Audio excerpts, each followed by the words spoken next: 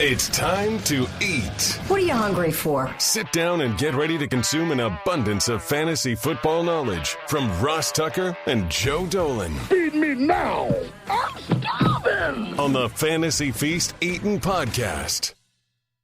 Yeah, let's eat, baby. It is the Fantasy Feast Eatin' Podcast. It is presented, of course, by DraftKings. There is no other place where you should be playing your DFS this weekend.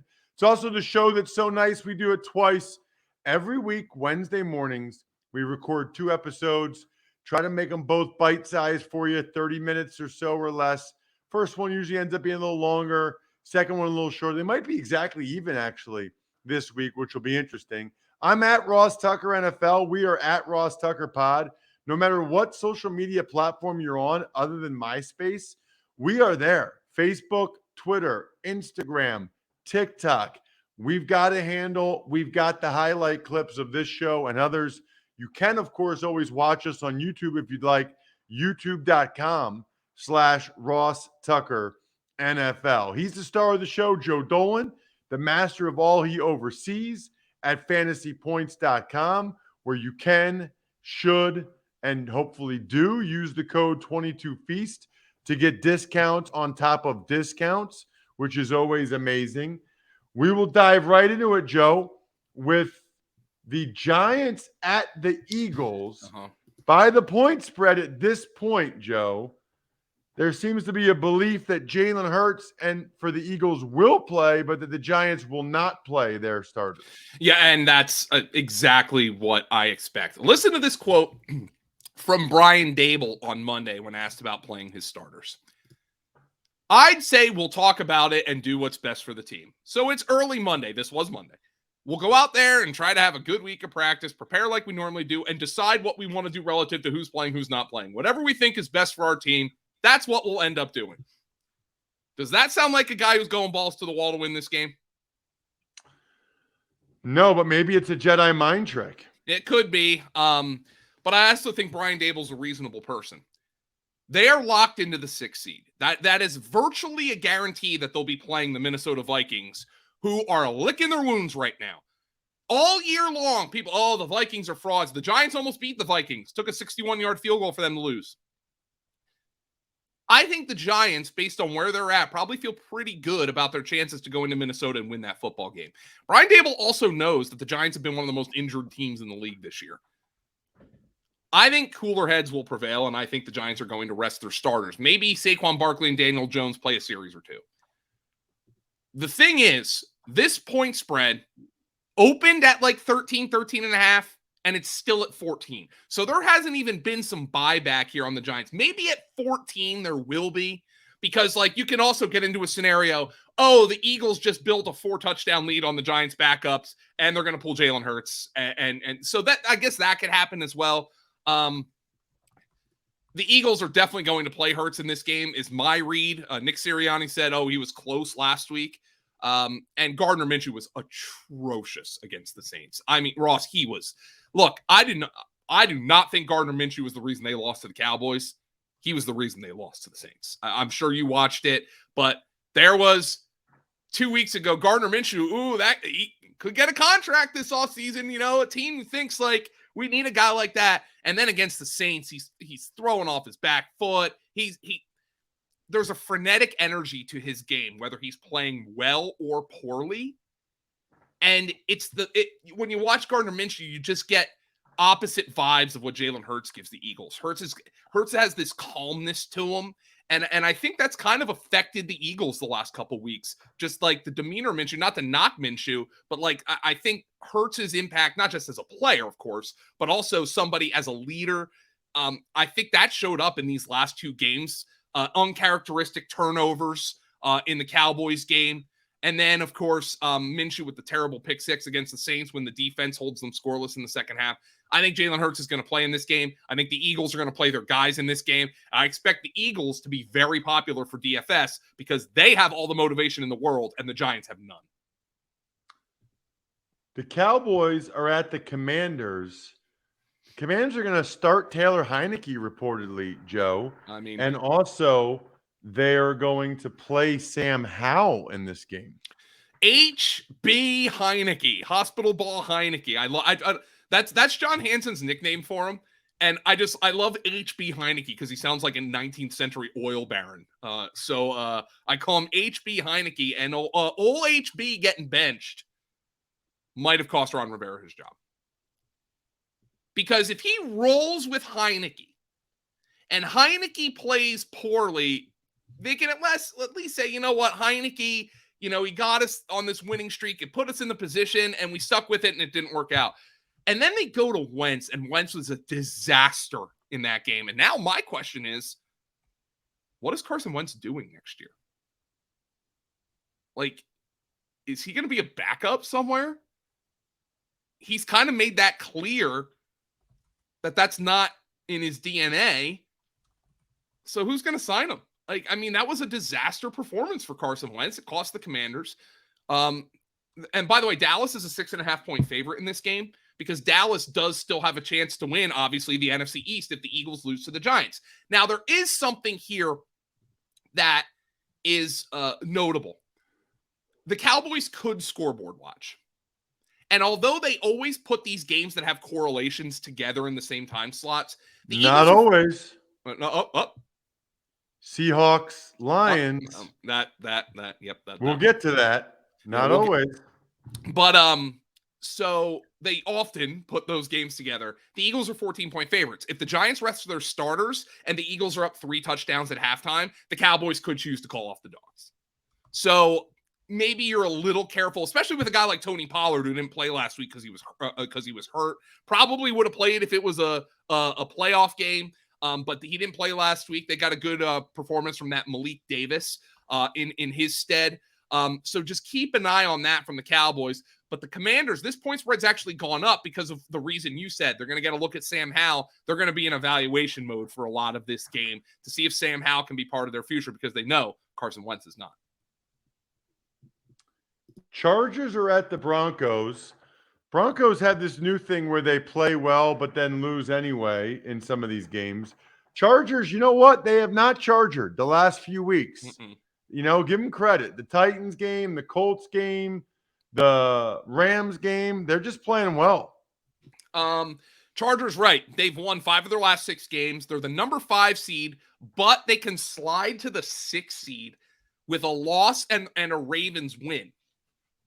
But here's the thing.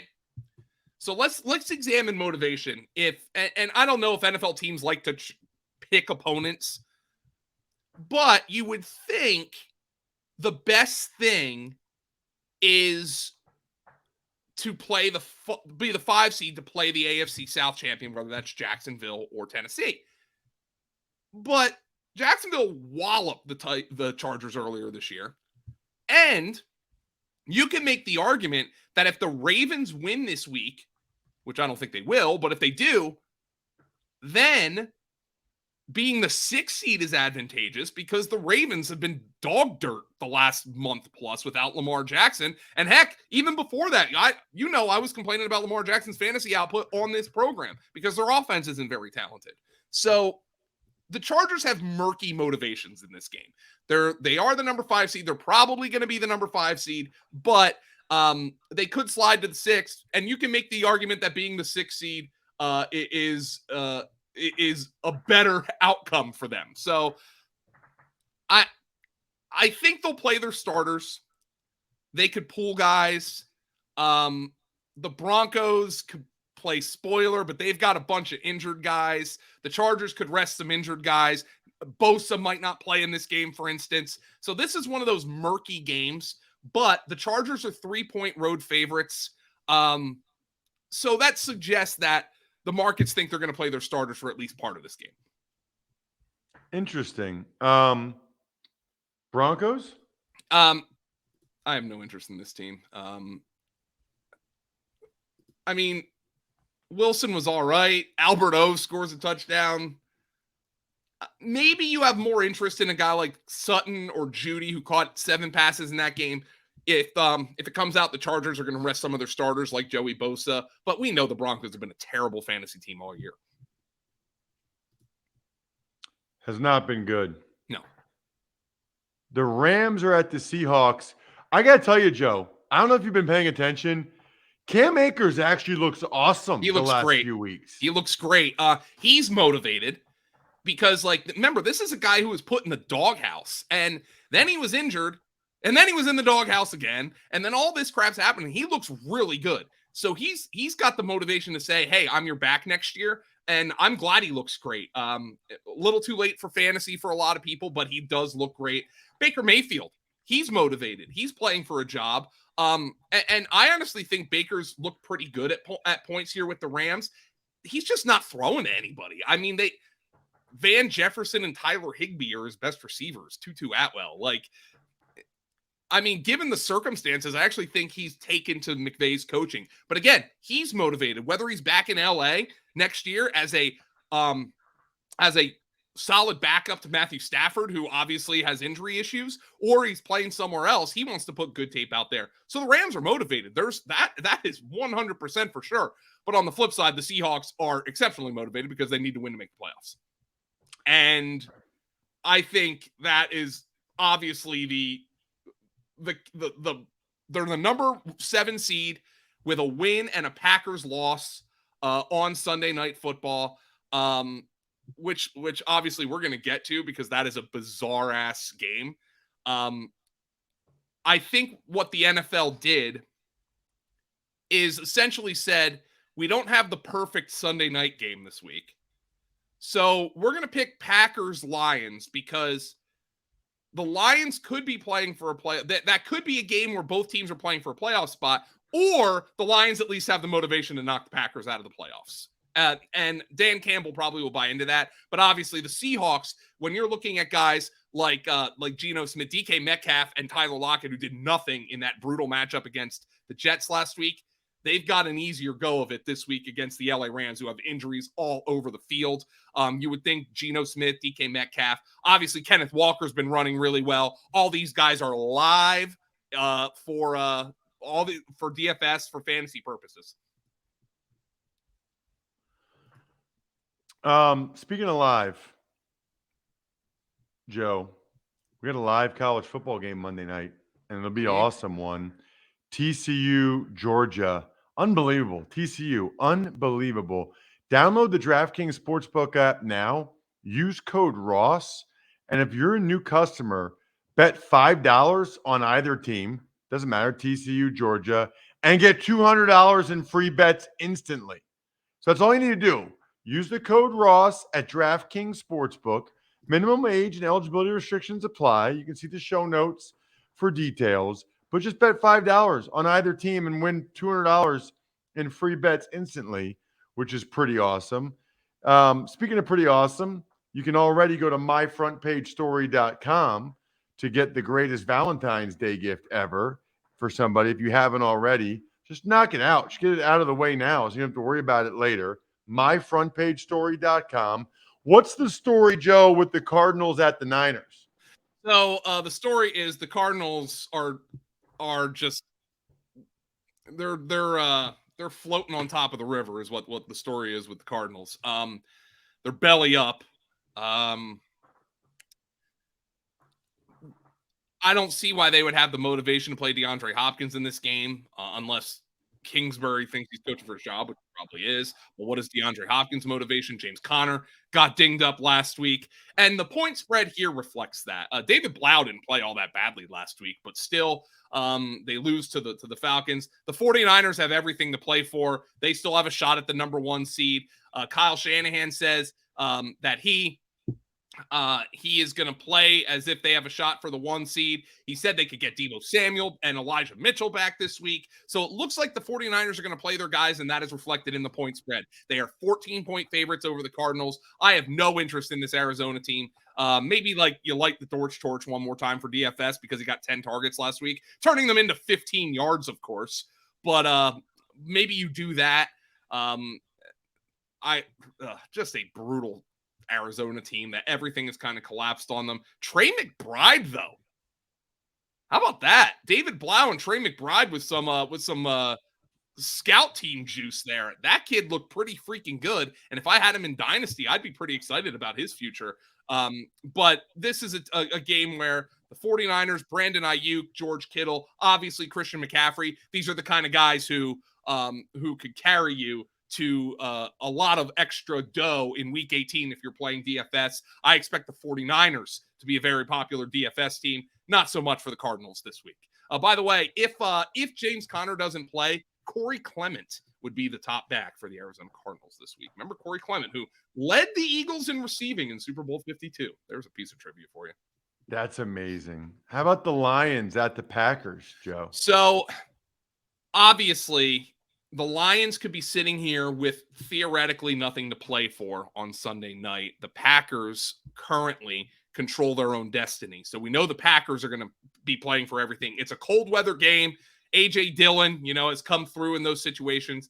The answer to Romeo Doubs or Christian Watson last week was no, neither one of them. Although Doubs did slightly outproduce Watson. Watson got more targets in that game. I would expect Watson to be healthier for this game, so I would prefer him in my DFS lineups. Aaron Jones came back and had a strong game against Minnesota, running for 111 yards. But of course, A.J. Dillon scored the touchdown. The fact of the matter is, the Packers are fully motivated to win this game against Detroit. So we know that you can start and play your Packers. Although Detroit's run defense, with the one notable and extreme example of losing that game against Carolina, has been excellent over the second half of the season. And it was great against Chicago. At least their running backs, Justin Fields, had his success on them, but Fields completed just 7 of 21 passes in that game last week. For Detroit, again, could very well know that they're not playing for a playoff spot if the Seahawks manage to beat the Rams. They could very well know that. But I don't think Dan Campbell is going to approach this game if they don't have a shot to make the playoffs as we're going to call off the dogs. We'll just let Green Bay waltz in. Does that sound like Dan Campbell to you?